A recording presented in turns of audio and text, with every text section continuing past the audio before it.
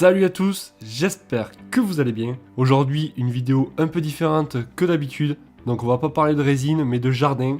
Et dans cette vidéo, je vais vous montrer comment faire un gazon de A à Z. Vous allez apprendre toutes les techniques pour avoir un beau gazon avec le minimum de mauvaises herbes. Et donc vous allez voir comment réussir votre gazon du premier coup. Donc là, dans ce jardin, c'est à peu près un jardin de 200 mètres carrés. Comme on peut voir, il y a de grosses touffes d'herbe, assez difficiles à passer avec le motoculteur. Donc il va falloir faire plusieurs passages. Donc vous l'aurez compris, la première étape, c'est déjà de passer la débroussailleuse ou la tondeuse pour couper l'herbe. Et ensuite donc ratisser et ramasser l'herbe pour la mettre de côté. Après donc il va falloir passer soit le motoculteur ou la motobineuse pour retourner le sol. Donc moi j'avais ce gros motoculteur qu'on voit ici. C'est plutôt pratique, je ne vais pas vous le cacher. Même s'il m'a fallu passer plusieurs fois pour affiner la terre et enlever le plus de mottes possible. Donc déjà après plusieurs passages, voilà ce que ça donne. On a encore des herbes qui tiennent et donc il va falloir insister plusieurs fois. Donc le but c'est vraiment d'enlever les herbes et d'affiner la terre. Donc je vous conseille pas de faire ça quand le sol est trop trempé,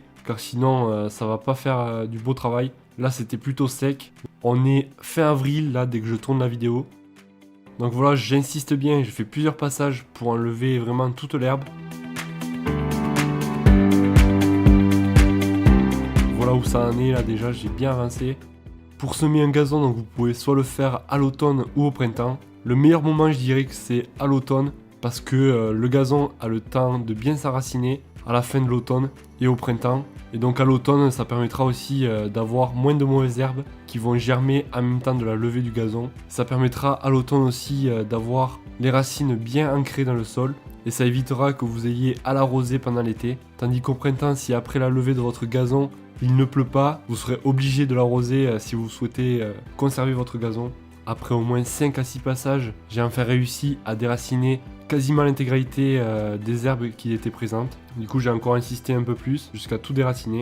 Vous pouvez, si vous le souhaitez, faire avec une motobineuse, donc comme celle-ci. Donc là moi je me suis servi pour faire les endroits un peu plus délicats où je n'avais pas accès avec le gros motoculteur. Comme par exemple autour des arbres, sur tout le tour du terrain aussi. Ça reste plutôt pratique, mais il est clair que là j'aurais pas pu faire tout avec celui-là, car il est trop petit et pas assez puissant. Voilà à quoi ça ressemble après plusieurs heures de travail. On a une terre qui est bien affinée, donc là il s'agissait d'un ancien potager, donc autant vous dire que la terre est de bonne qualité. En plus le côté pratique c'est qu'il y a 0 cailloux. À ce moment là vous pouvez en profiter si vous souhaitez modifier un petit peu votre terrain. Donc là je viens de faire un endroit un peu plus plat, avec un léger talus. Ça permettra donc de pouvoir mettre une table par exemple. J'ai commencé tout simplement à niveler le sol.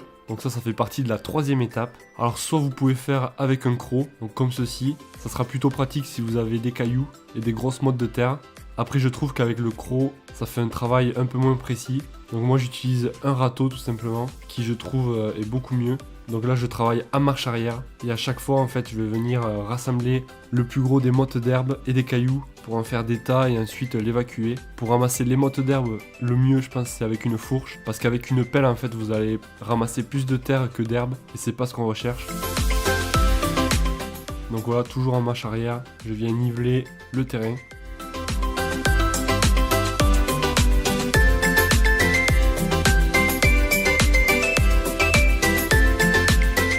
Ce qui est important aussi c'est de bien regarder qu'il n'y ait pas de bosse. Donc tout simplement vous avez juste à vous pencher et vous allez voir s'il y a des trous ou non. Et si c'est le cas vous avez qu'à combler avec de la terre tout simplement. À chaque fois je viens ramener le râteau vers moi et toutes les mottes. Voilà donc une partie de mon terrain est nivelée. Une fois que j'ai terminé de niveler tout ça, on va maintenant venir semer le gazon. Donc moi j'aime bien le semer à la volée. Pour cela donc je me mets des graines dans mon seau et puis je prends une poignée. Et ensuite je la jette tout simplement. Donc je fais ça en avançant, c'est mieux. À quelle période du coup semer votre gazon? Alors ça va de soi, soit donc le printemps ou soit l'automne. Il vaut mieux donc éviter l'été, car vous allez devoir l'arroser sans cesse. Et l'été votre gazon aura du mal à se développer. Vu qu'il fait trop chaud ça risque de cramer les racines. Et l'hiver donc il fait pas assez chaud pour que les graines donc se développent. Donc si vous choisissez la saison du printemps, je vous conseille de semer entre mi-mars et mi-juin.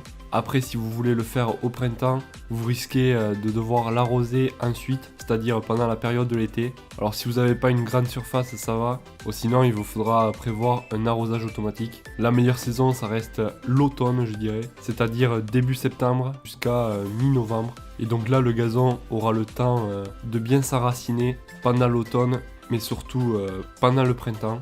Et donc vous aurez moins besoin de l'arroser pendant l'été. On a choisi ce gazon. Comme vous pouvez voir, la composition, donc il est fait de 35% de raie gras et le reste c'est de la fétuque rouge. Donc ça comprend de la fétuque rouge gazonnante, traçante, etc. Le raie gras en fait va permettre de coloniser rapidement l'espace. C'est la graine en fait qui va se développer en premier d'ici les 15 jours à peu près après avoir semé votre gazon. Bien entendu s'il a plu entre temps. Et ensuite la fétuque va se développer et coloniser l'espace. Donc voilà, vous trouverez du gazon dans un magasin de jardinage ou de bricolage. Et suivant l'endroit où vous êtes, je vous conseille de demander des renseignements aux vendeurs. Vous pouvez donc semer à 30 grammes de graines par mètre carré.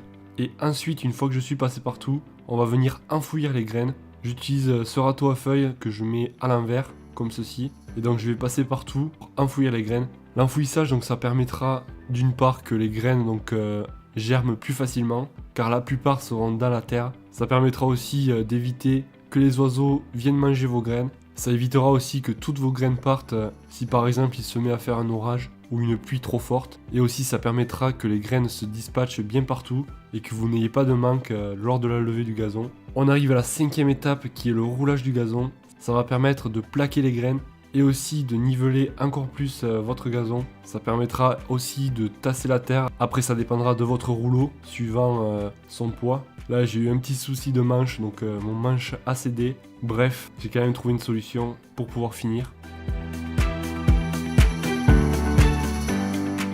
Et donc voilà, une fois nivelé, ça donne un résultat plutôt sympa. Il n'y a plus qu'à attendre que ça pousse d'ici une quinzaine de jours s'il pleut dans les jours à venir. Pour l'arrosage de votre gazon, s'il ne pleut pas pendant les jours à venir où votre gazon aura commencé à lever, si le terrain est trop sec, il vous faudra penser à l'arroser car sinon vos graines vont sécher et le gazon ne va pas se développer.